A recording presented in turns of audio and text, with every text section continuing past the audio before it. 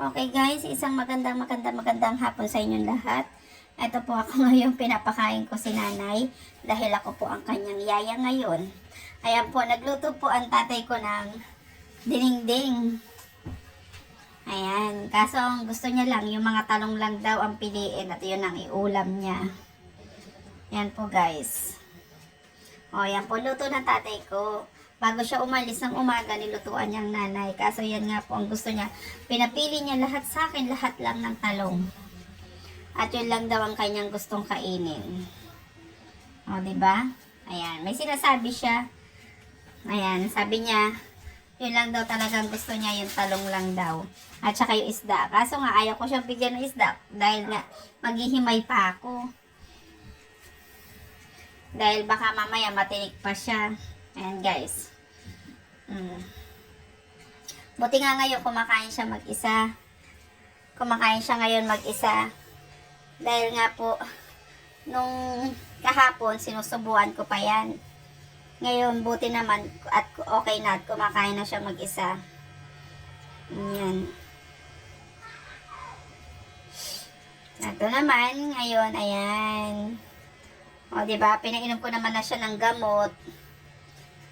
Oh. At habang natutulog na siya, nagpapahinga, ayan, gumagawa naman po ako ng bulaklak. Ayan, para sa nalalapit na Valentine's. Ayan, ini-stick. Yung mga stick. Ayan, pinagano ko pa yan, hahati ko pa sa gitna, and then, nilalagyan ko po ng crepe paper. O, diba? Para unti-unti habang nagpapahinga po ang aking mudra. Yan na po, guys.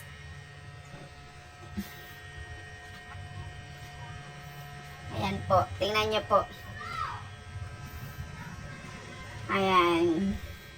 Ginugupit ko po yung mga crepe paper at inilalagyan ko yung mga stick para hindi siya para hindi pangit tingnan, para ayan, para green po siya at maayos tingnan, hindi po siya magasgas ba yun, para hindi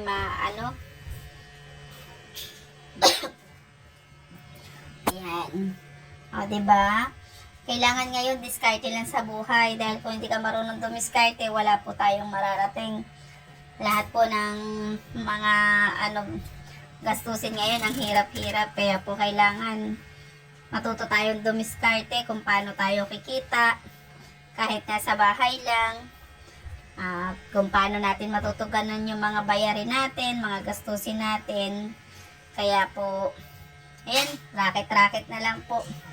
At yan nga po na pag-isipan namin dahil nalalapit ang February 14. So, ang ginagawa na lang po namin, gumagawa po kami ng bulaklak. At yan po, charan! O, diba? Ang ganda po. Yan po yung mga bulaklak na aking nagawa. O, na aming nagawa. Yan po, para po nakaredy sa nalalapit na Valentine's. Pagbatayin ko si Shentay. O, diba? Ang ganda po. Makulay ang buhay.